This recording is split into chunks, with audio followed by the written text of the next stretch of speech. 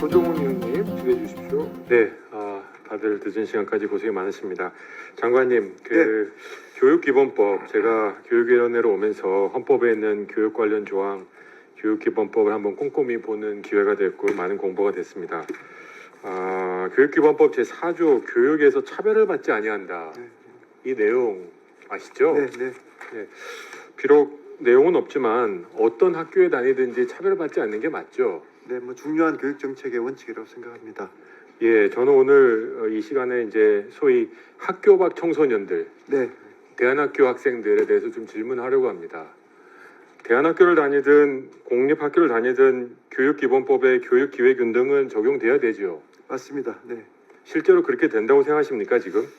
네, 사실 그 학교 밖 청소년의 경우에 그 법제상으로 여가부 소관으로 되어 있는 부분도 있고, 그래서 저희가 지금 당장 이제 학생 맞춤 통합 지원법이라고 있습니다. 그게 지난 국회 때 거의 통과되는 수준까지 왔다가 통과 못 된 법이 있는데요. 지금 최우선 법으로 지금 추진하고 있는데, 일단 학생 맞춤 통합 지원을 하려면 어떤 아이들, 많은 경우에 위기 아이들이 학교 밖으로 나가는 경우가 많이 있습니다. 그래서 이 아이들을 적어도 교육청에서도 그렇고 교육부에서도 그렇고 통합된 자료 관리도 해야 되고, 통합된 시스템으로 관리를 해야지 학교 밖으로만 나가면 그냥 아예 그냥 우리 그 교육부의 그런 정보 네트워크에서도 빠져버리거든요. 그래서 일단 이 법부터 통과시키자고 지금 하고 있고요.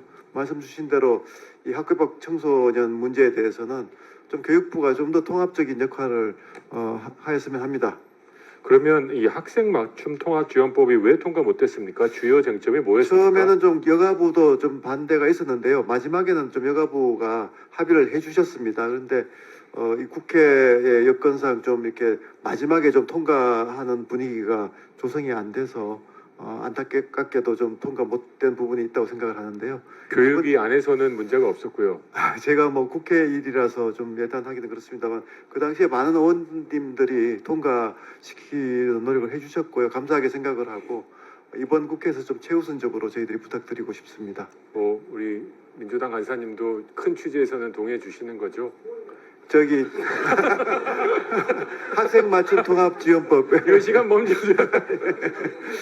그러셨습니까? 예, 그 아마 예, 네. 여야가 그때 많이 지원해 주셨습니다. 그 법에 대해서. 네. 예, 저도 우리 김주호 의원님 도와주신다고 했기 때문에 아까 그 SNS 제안 저도 뭐 적극적으로 지원하겠습니다.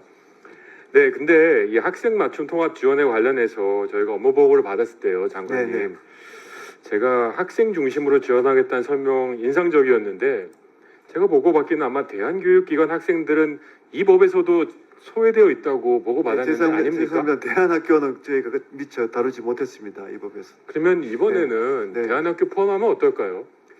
대한학교 다니는 게 죄입니까? 예, 워낙 또 큰 이슈가 있어서 또 뭐 저희는 뭐 큰 방향에서는 공감을 합니다만, 예. 아니 대한학교 다니는 게 죄입니까? 전혀 그렇지 않다고 생각합니다. 그럼 지원 대상에서 빠져야 될 이유가 있습니까?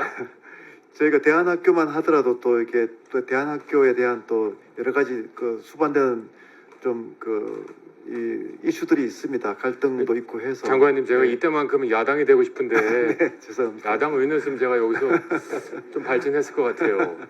그건 아니죠, 장관님. 예, 알겠습니다. 헌법에 보장된 교육의 권리를 어떤 학교에 다니는지 갖고 차별할 수 있다는 근거는 위헌이라고 저는 생각합니다. 예, 뭐 크게 공감을 합니다. 네, 개인적으로 아마 제가 대한학교 학부모라는 것도 아시죠? 네, 잘 알고 있습니다. 예, 저는 이거는 아니라고 생각합니다. 그리고 또 한 가지 예산. 지금 제가 교육부에 그 대한학교 학생들 지원 얼마나 합니까? 그랬더니 모릅니다 였습니다. 어떻게 생각하십니까? 네, 대한학교가 아직까지 공교육에 좀 밖에 있는 그런 부분이 있고요. 그 부분은 뭐 말씀 주신 대로 그 차별받지 않을 교육받을 권리를 생각을 하면 좀 전향적으로 그 교육부도 좀 이렇게 좀 그 접근 방식을 바꿔야 될 상황이라고 생각을 하지만요. 그렇지만 또 그 워낙 그 교육계에서 의견이 많이 엇갈리는 부분도 많습니다. 그래서 교육부 장관으로서 이거를 확정적으로 말씀드리기가 참 어렵다는 말씀드리겠습니다. 예, 그래서 국회가 있는 거라고 생각하고요. 국회가 이제 공론화 과정을 통해서 방향을 잡아 나가도록 하겠습니다. 네, 그런데 감사합니다. 다만 정보가 없다. 이거는 좀 아닌 것 같습니다. 그렇죠? 네, 정확한 그- 자료는 제시해 주셔야 저희가 논의를 하지 않겠습니까? 네, 그렇게 하겠습니다. 자료를 최대한 좀 확보해서 그 의원실에 공유하도록 하겠습니다. 저희가 교육청에도 알아봤더니 청 단위에서 대안학교를 지원하는 데는 서울시 교육청밖에 없습니다.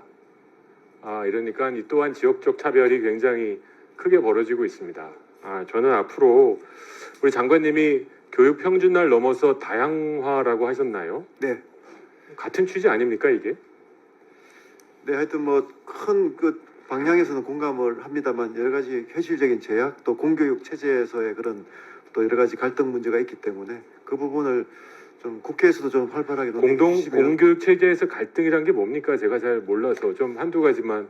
그러니까 이제 공교육 밖에 있는 기관이기 때문에 공교육의 예산이나 뭐 재원을 활용하는 부분에 대해서 또 이제 상당히 그 우려가 있는 것도 사실입니다. 그러면 우리 대한민국의 예산은, 저도 세금 내는 사람인데요, 이 헌법에도 불구하고 헌법 31조 모든 국민은 균등하게 교육을 받을 권리를 가진다임에도 불구하고 공교육을 받는 아이에게만 써야 되는 헌법적 원칙이 있습니까? 네, 뭐 그 큰 방향에 대해서는 정말 그 좀 전향적으로 접근할 수 해야 된다고 생각을 합니다만 자꾸 많이라고 하시니까. 워낙 그 부처를 책임지고 있는 장관으로서는 또 좀 그 이렇게 그 개인적인 의견만 말씀드릴 수는 없으니까요. 네.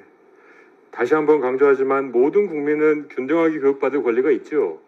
네, 그 부분은 뭐 다니고 있는 그렇습니다. 학교의 종류에 관계없죠. 그 대안학교가 이제 어떻게 다니고 있는 따라서- 학교에 관계없다고 헌법에 되어 있죠. 저랑 차관님이랑 좀 헌법 해석을 논할 건 아닌 것 같은데. 네. 맞죠? 그렇습니다. 네. 따라서 지금의 대안학교 지원 정책은 헌법적이지 않. 네, 좋은 지적해 주셨다고 생각하고요. 교육부도 좀 더 고민해 보도록 하겠습니다. 네. 예, 조정원 의원님 수고 많으셨습니다. 그 대안학교에 다니는 아이들도 우리 국민이잖아요. 맞습니다. 근데 네. 잘 살펴보셔야죠. 그렇게 검토가 아니라 네. 이거는 실행하셔야 된다고 봅니다. 제가 대안학교에 대한 관심을 제가 많이 못 가졌는데 이 짧은 그 조정원 의원님의 짧은 이야기 속에도 네, 네. 굉장히 좀 방치해 놓고 있다, 아이들을 너무 소홀히 대하고 있다라는 것을 직감했거든요. 바로 이거는 좀 교육부에서 대안학교에 대한 문제를 좀 결단을 하셔야 될 것 같습니다. 네, 국회와 함께 교육부가 좀 이 사회적 논의도 좀 활발하게 하고 네. 또 해법을 찾는데 잘 같이 보살펴 노력하도록 하겠습니다. 네. 이로써 우리 보충 질의를